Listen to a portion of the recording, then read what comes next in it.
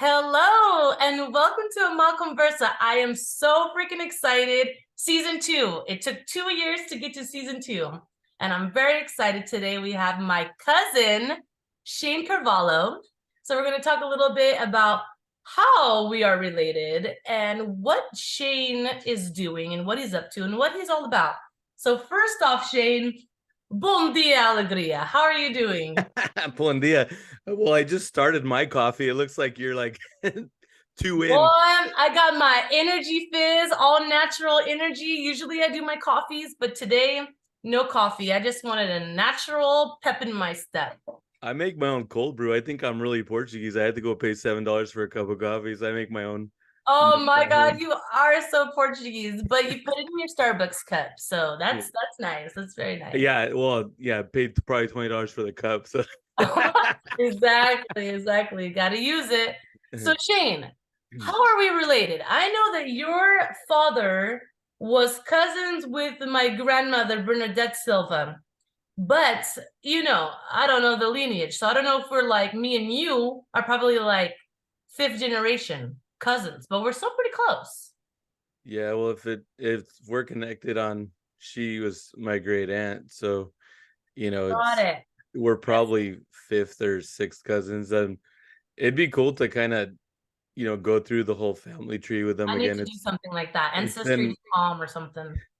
Oh, I did 23andMe, but I don't know how much it details out that. I just found out that I'm 89.9% Portuguese and Spanish. So You're like, oh, I I did was not know definitely, that. yeah, I was definitely not adopted. I just wanted to make sure I wasn't like the milkman's kid or something. But Absolutely. You're definitely not. but I Definitely mean, well, the island, the island of San Jorge, right? Azores. I mean, there's about 8,000 people there now, I believe, but was not a huge island, and I mean, it's a big island, but it just wasn't super populated like some of the other islands. And so, yes. I think Everyone's our cousin, SHANNE. When we go back to St. Jean, I, everyone's our yeah. cousin. Well, that's what I was Literally. gonna say. I mean, it's when you've been in an area for so many years, it was probably even more than we even know. Oh my gosh, absolutely. What's been happening now is every time I do a show, I've been doing shows this year, places I've never been. Like I've never sang fado there. And there's been cousins coming out of everywhere. Like, I'm your cousin, I'm your cousin, I'm your cousin. I'm like, Well, I had you no got to idea be I had careful this much though. family. They probably see you as being famous. That they're all gonna want to be related. Oh They'll my want a God, piece of the famous. pie. Oh my God. Famous. If the famous one here is you, my friend. So let's talk a little bit about who is SHANNE. And I want you to mention who your parents are because a lot of people do know who your parents are as well. Yeah, so my dad, João Carvalho from San Jorge, from Portas Manadas, and Primo. well, Reis Portas Manadas, and then my mom, Goretti Carvalho, she's actually from the island of Terceira, and yeah, it's funny because that is like the identifying factor, especially if you're at a Portuguese festival or some event. They, sometimes they know who I am. A lot of times, like, I'll hear people telling each other, "Who is this guy?" I don't know if I because know. I'm a lot taller than other people, or if they don't know if I'm Portuguese, or. That's But right. anyway, it's Oh man, that's right. as soon as I kind of stand out at the festivals. It's Absolutely. like I have this short syndrome in normal life, but then I show up at a Portuguese festival and I'm like, I feel blessed. But Yeah, you can see you for miles, right? right. But no, it's interesting because your parents are always your identifying factor. So Truly. yeah, that's who my parents are. I mean, they came to this country years ago, and I was born here in Santa Cruz County in Watsonville at a hospital that now my daughter goes to summer school at. It's not a No hospital way. anymore.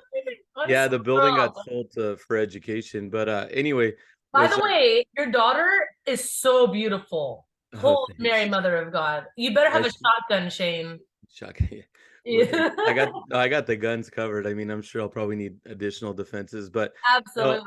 I actually yeah, she's 16 now.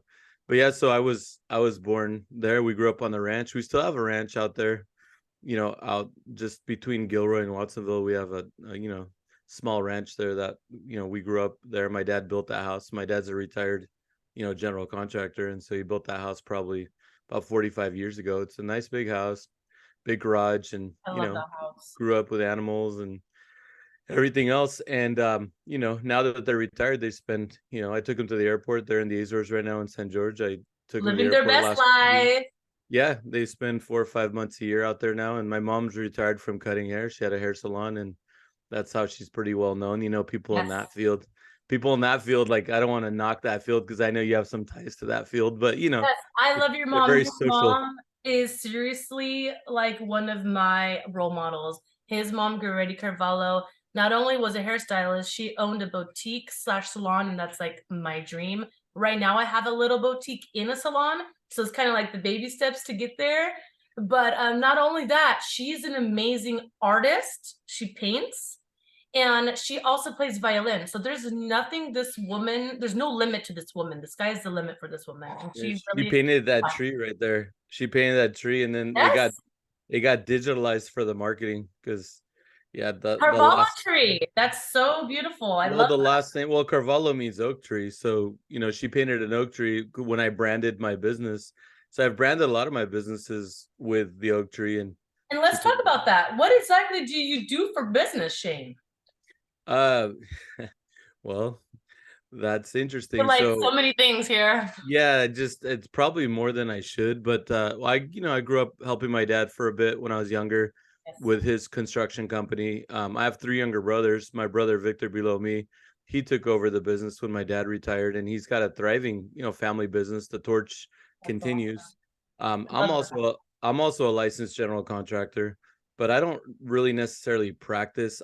What I do is I project manage my projects for real estate. I do have a crew. We do some work. What I do is I guess I'll start with the main thing I do. The main thing I do is I have a real estate business. I'm actually a licensed broker, an associate broker here in California. I have my own branch for EXP, which is a cloud-based brokerage, and I have my own branch here in Aptos, California. I've been building an organization. I have about 40 agents under me now, and I've Oh, I did what not to know do. that. That's Yeah, I mean, you know me, like I'm not one to be out there, you know. yeah, yeah. I just I don't really put too much out there as far as all this Yes. stuff. But anyway, just if you want to know what I do, I mean, so Yeah.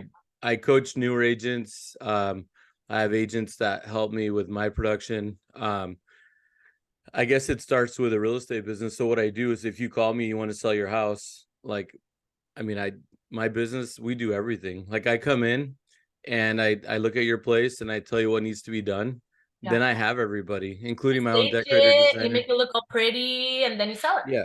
Yeah, so I have my decorator designer who she's great. She's been with me for about 12 years. She's exclusive to me. I own all the staging stuff. I have two warehouses full. We own all of our own staging.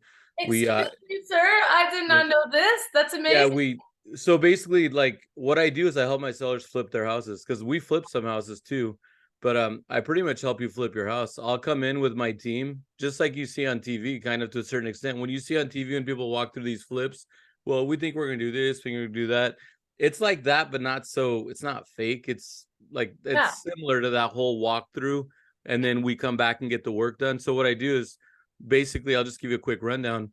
We, you know, show up. I'll show up the first time, meet the clients, see if it's a relationship I want to build, see if they're clients I want to work with, see if it's a house I think I can sell, see if they're realistic with their price. So I kind of go feel things out. Yeah. Once I get a signed contract, then I bring everybody out because it's hard. We're so busy. Yeah. When I set up these walkthroughs, I got to get Same like thing. 7 or 8 of my people at the same time at the same place. That's Wow. hard to do because we're so busy. But Yeah. anyway, we'll come in, we'll kind of brainstorm together because we've been doing this for years. I mean, she's been with me for 12 years. My remodeling contractor's been with me for 22 years. My head of my Whoa. rehab crew, he's been with me for 30 years. Him and I Dude, worked together on my dad's crew. So like, yeah, my people that work with me, we're like family. So that shows the integrity of your team because you guys have been together for so long. That yeah. that speaks volumes when anyone can look on top of a business and like be like a bird's eye view and see that like, wow, well, this guy's a really good guy, but he's had the same people for 12, 20, 30 years. And one that helps because we have a lot of clients come back to us. We do a lot of repeat business. And so Yeah. they all know everybody. They love my team. But what I was going to say is that we basically go through, we figure out what we're going to do, give the clients estimates.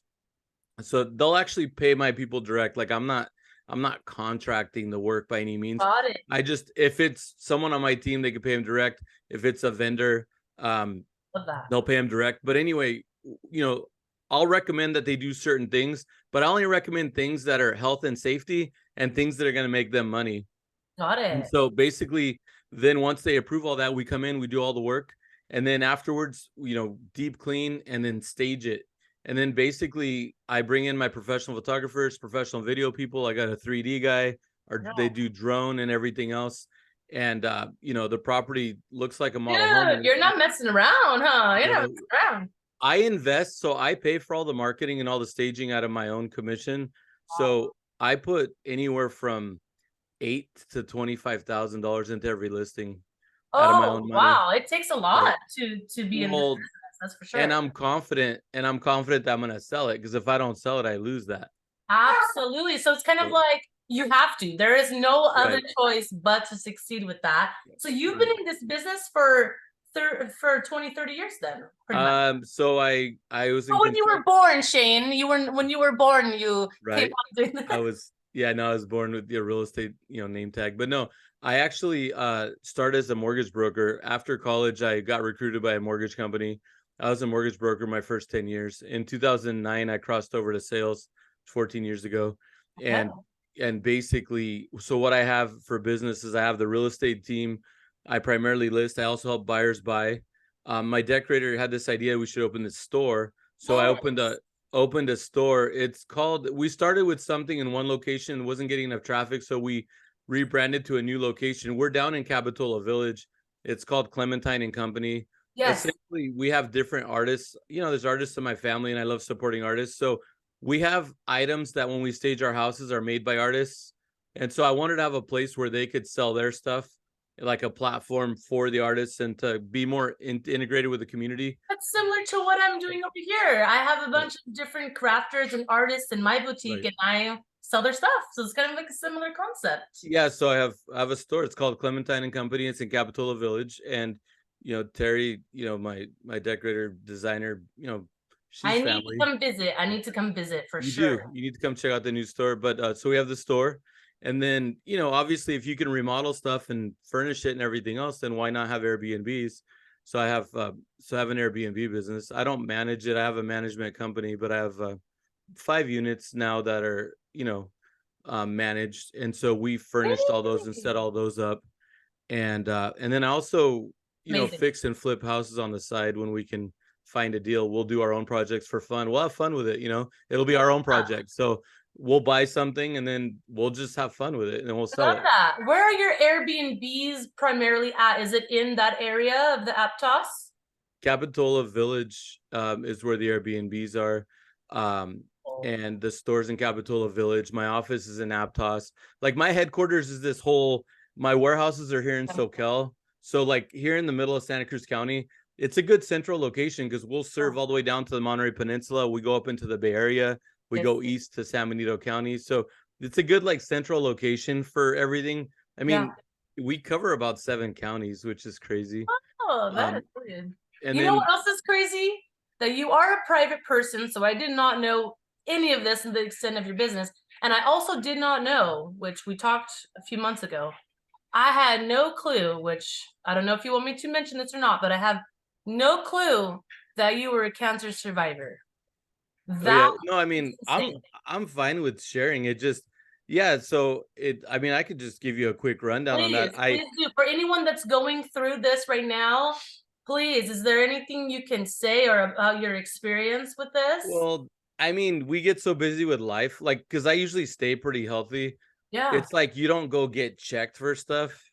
And so the cancer thing was lucky that I found it, because renal cancer or kidney cancer is not something you feel until it's too late. And so basically I had no symptoms. I just ended up in the ER. I passed out and I ended up in the ER. I was at a broker open up in the East Bay and I wasn't feeling well, and I fainted, I guess. And so I ended up in the ER. They did a bunch of tests. I was there for 9 hours. But leading up to that, you felt normal leading up to that? Yeah, it was just that day. I wasn't feeling good that day. And so they did the test that found it was an ultrasound. This lady, it was funny too, is this, I remember it's this short lady that was so freaking strong. She's shoving that thing. It was like torture. She was shoving that ultrasound thing everywhere. I was laying on this table getting ultrasounded forever. But anyway, before I left the ER, the doctor, told me, he's like, hey, he's like, there's nothing wrong with you right now. He's like, you were dehydrated, exhausted, probably sleep deprived, you had a little bit of gastritis. You just like, your body just, he's like, you're probably going too hard. I go, yeah, it sounds about right. So they didn't find it at that point, huh? No, they told me we found a tumor in your kidney. You want to go talk to your doctor about that. We're not able to address that, but we found a tumor. So if I hadn't passed out, I would have never known that tumor was there till probably it was too late. Okay. So I came down, my doctor sent me to a urologist. I went to a urologist, and then basically I had to do a bunch of tests, and then they found a decent sized tumor in my right kidney, and they're like, this has to come out like ASAP. So I mean, I don't know, like 4 weeks later, I was having major surgery. Like, it happened so fast. Oh wow, you didn't even have time to really process what was going on with you. No, and I actually told this story on one of my podcasts that, it's interesting. I'm so busy with everything I've going on and so much going on that it didn't hit me, because it was like one more thing on my to-do list. It's like, oh shoot, I gotta do this. It never hit me. And what I mentioned was that if I had been doing, like, if I was just living life, going on vacation, not doing too much, just, that probably would have been devastating. It would have been like, oh my God, I'm going to die. It could have been, but it's like, because I was. And then that would have attacked your mindset. And then maybe that would have been a demise, because your mindset is everything, right? Right. Well, yeah. And I preach mindset all the time, but no, that surgery, I never had major surgery, but, yeah, being under anesthesia for 6 hours, it really messes with your mind. My memory, like, it's taken me a while. It was at the end of August, and it's been what, 8 months, 9 months since surgery, and my memories come back pretty good. And then I've also got my energy back, and I've been back to the gym and back on the soccer team and back to tennis, back to golf. For you. Like, I'm back to fishing. Like, I've since like January, February, I've been back to normal. I did have my follow-up 6-month tests, and as of right now, all the cancer is gone. So it's crazy. It's crazy to go through all that in such a short period of time. My friends, family, other people that have had cancer, it can take a long time, or it can be like chemo and everything else.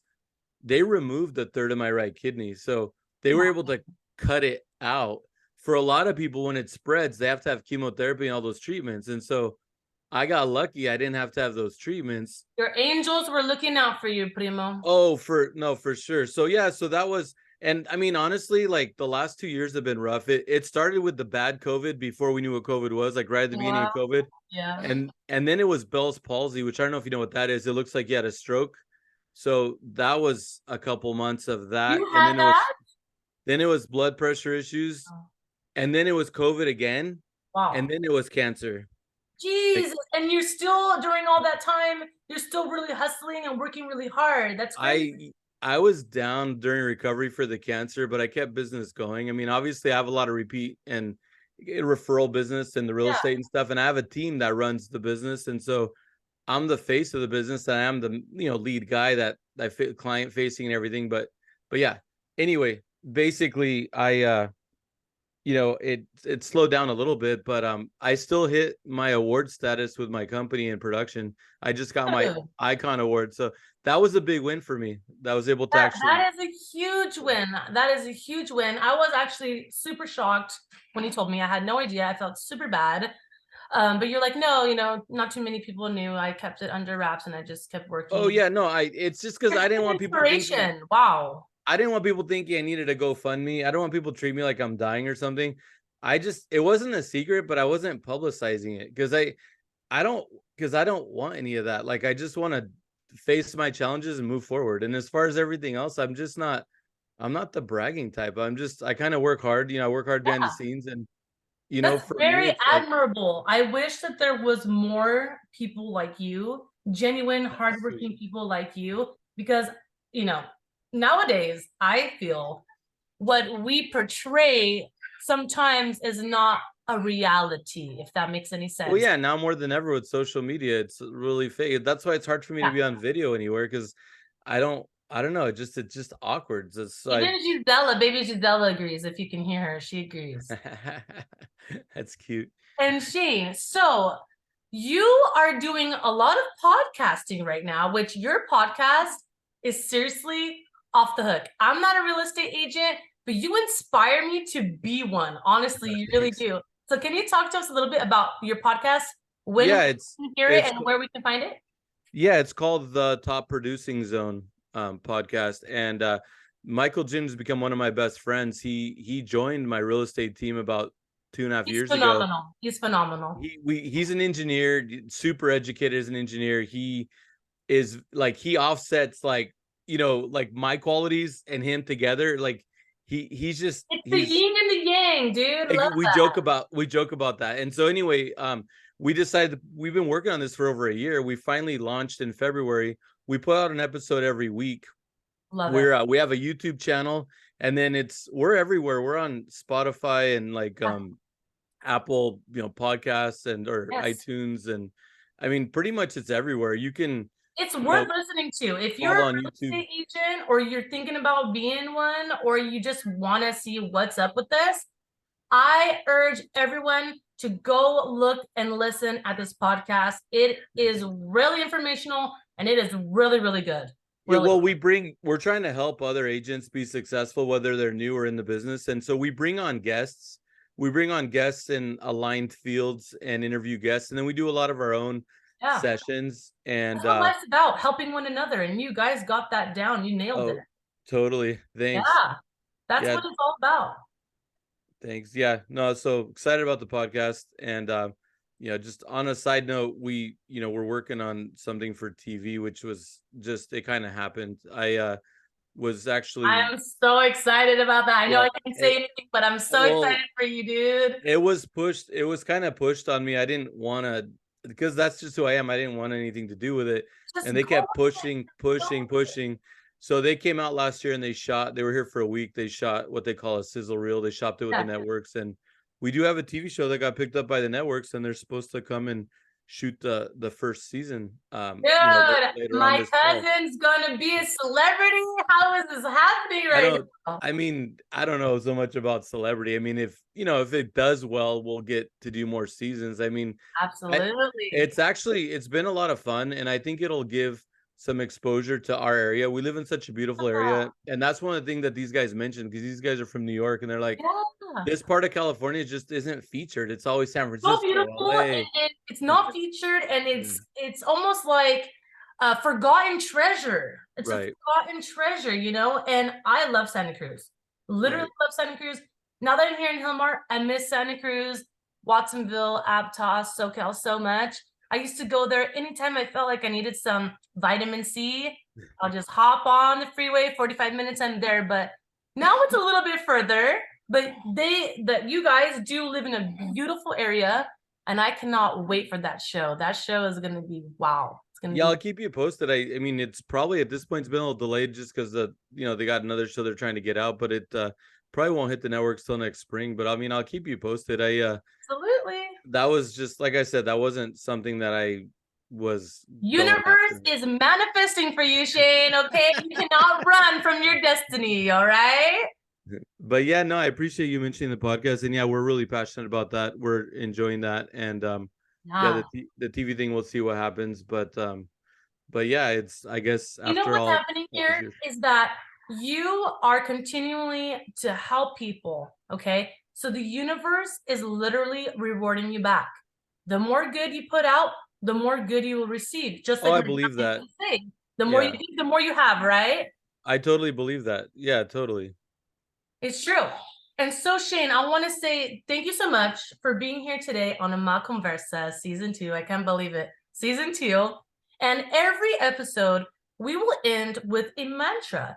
And I want the people to think about this mantra during the day and remind yourself of this. Is always going to be left on a positive note. This one is specifically a Buddha quote. So it says, what you think, you become.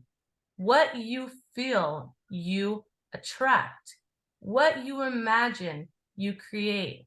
Okay, so I want everyone to go about their day today and think about that. And just like Shane always mentions, mindset, mindset, mindset. It is literally everything. It is everything that we have. So let's go on, have a beautiful day, and let's attract all those beautiful blessings that universe has for us, right? Well, thanks for having me. That's awesome. I put out a quote every Monday on my social media. There's There you motivational go. Monday quotes, and yeah, no, I love the mantra. That's a nice touch.